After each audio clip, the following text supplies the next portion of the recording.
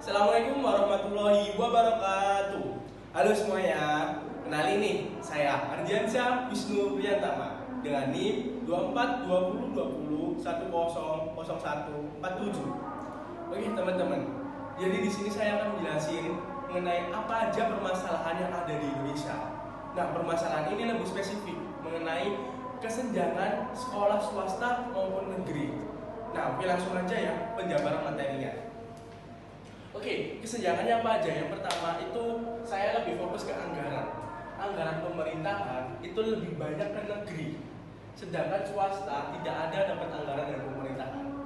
Itu yang menyebabkan swasta harus mencari investor sendiri dan juga mencari siswanya untuk membayar atau mendanai di swasta ini.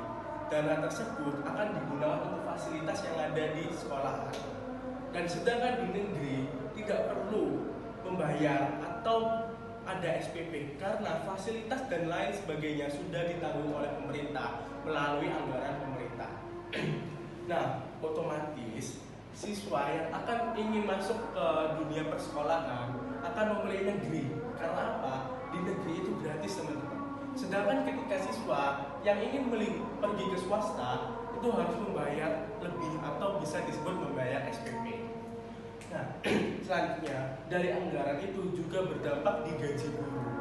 Kenapa demikian? Gaji guru itu lebih aman di negeri karena guru digaji oleh pemerintah atau bisa disebut P3K. Sedangkan guru digaji swasta, bukan digaji pemerintah. Nah, swasta ini dapat uangnya dari mana?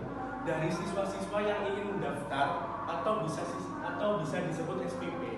Dan juga dari investor-investor mereka. Nah, kalau misalnya nih swasta nggak dapat siswa, bagaimana?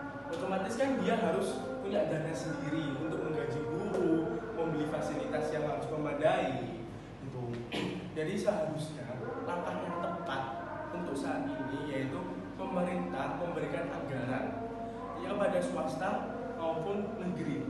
Nah, ketika nih pemerintah memberikan anggaran itu, solusinya pemerintah memberikan anggaran itu kepada swasta maupun negeri itu berdampak kepada semuanya juga.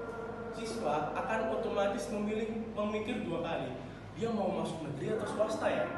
Otomatis orang tua ini ada pikiran itu, ternyata kalau swasta itu ada kelebihan kekurangan ini, kalau negeri ada kelebihan kekurangan ini. Otomatis orang tua berpikir, sedangkan kalau anggaran itu hanya di negeri, siswa akan otomatis pilih negeri karena nggak ada pilihan lain karena gratis. Tapi kalau swasta udah didanai oleh pemerintah, siswa bakal milih antara swasta atau negeri yang paling baik buat anaknya. Tentunya guru juga nggak bingung mengenai gaji karena swasta juga ada dapat subsidi dari pemerintah dan itu nggak mengandalkan investor atau siswa.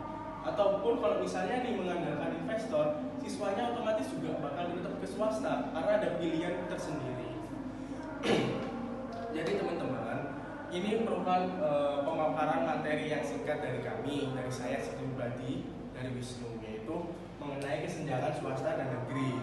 Semoga pemaparan yang singkat ini bisa menambahi wawasan kalian. Toh juga materi ini nggak serta-merta hanya untuk saya tulis, tapi juga menjadi wawasan ke kalian. Sekian dari saya, mohon maaf jika ada kata salah maupun perbuatan, kami ucapkan terima kasih. Wassalamualaikum warahmatullahi wabarakatuh.